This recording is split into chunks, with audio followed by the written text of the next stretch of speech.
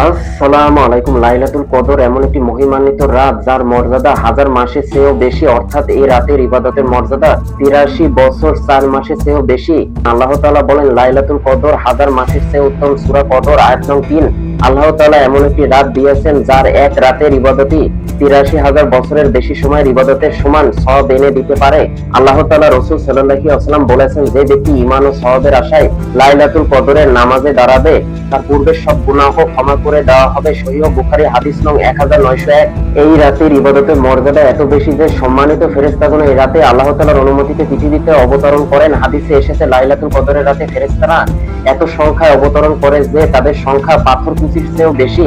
মুসনাদে আহমদ হাদিস নং ১০৭৩৫। হাদিসে এবং সাহাবীদের বর্ণনা অনুসরণ করলে এই রাতের কিছু বৈশিষ্ট্য দেখা যায়। রাতটি নাতিশীতোষ্ণ হবে, অতিরিক্ত গরম বা শীত থাকবে না, গভীর অন্ধকারে ছেয়ে যাবে না, মৃদু মন্দ বাতাস প্রবাহিত হবে। ইবাদত করার সময় মানুষ বেশি প্রশান্তি অনুভব করবে। রাত শেষে সূর্যোদয় হবে পূর্ণিমার চাঁদের মতো নরম আলো সহ, যাতে কিরণ থাকবে না।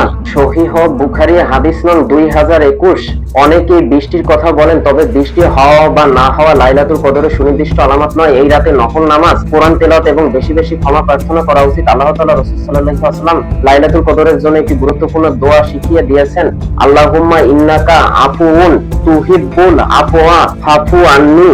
অর্থ, হে আল্লাহ, আপনি ক্ষমাশীল, ক্ষমা পছন্দ করেন, তাই আমাকে ক্ষমা করুন। সুনানে তিরমিজি হাদিস নং ৩৫১৩। আমাদের প্রত্যেকের চেষ্টা করা উচিত যেন কোনোভাবে এই রাতটি মিস না হয়ে যায়। যার যতটুকু সামর্থ্য আছে সে অনুযায়ী ইবাদত বৃদ্ধি করার চেষ্টা করতে হবে, কারণ আমরা কেউই জানি না আগামী বছর আমরা থাকবো কিনা বা আবার এই মহিমান্বিত রাত পাওয়ার সৌভাগ্য হবে কিনা। লাইলাতুল কদর অর্থ সম্মানিত বা মহিমান্বিত একটি রাত। কদর শব্দের আরো অর্থ রয়েছে ভাগ্য, পরিমাণ ও তাকদীর নির্ধারণ করা। এমন একটি মহিমান্বিত রাত যে রাতে আল্লাহ তাআলা পবিত্র কোরআন নাজিল করেছেন। আল্লাহ তাআলা বলে, নিশ্চয়ই আমি এটি নাজিল করেছি এক বরকতময় রাতে। সূরা দুখান আয়াত নং ৩। এবং তিনি আরো বলেন, সে রাতে প্রত্যেক গুরুত্বপূর্ণ বিষয় নির্ধারিত হয়। সূরা দুখান আয়াত নং ৪। উপরোক্ত আয়াত দুটি থেকে বোঝা যায় কত বড় মর্যাদা মাহাত্ম্য লুকিয়ে আছে এই একটি রাতের মধ্যে। মানুষের পূর্ণ জীবন বিধান কোরআন নাজিল হয়েছিল এই রাতে, এবং এই রাতে বান্দার জন্য আগামী এক বছরের বিভিন্ন বিষয় নির্ধারিত হয়।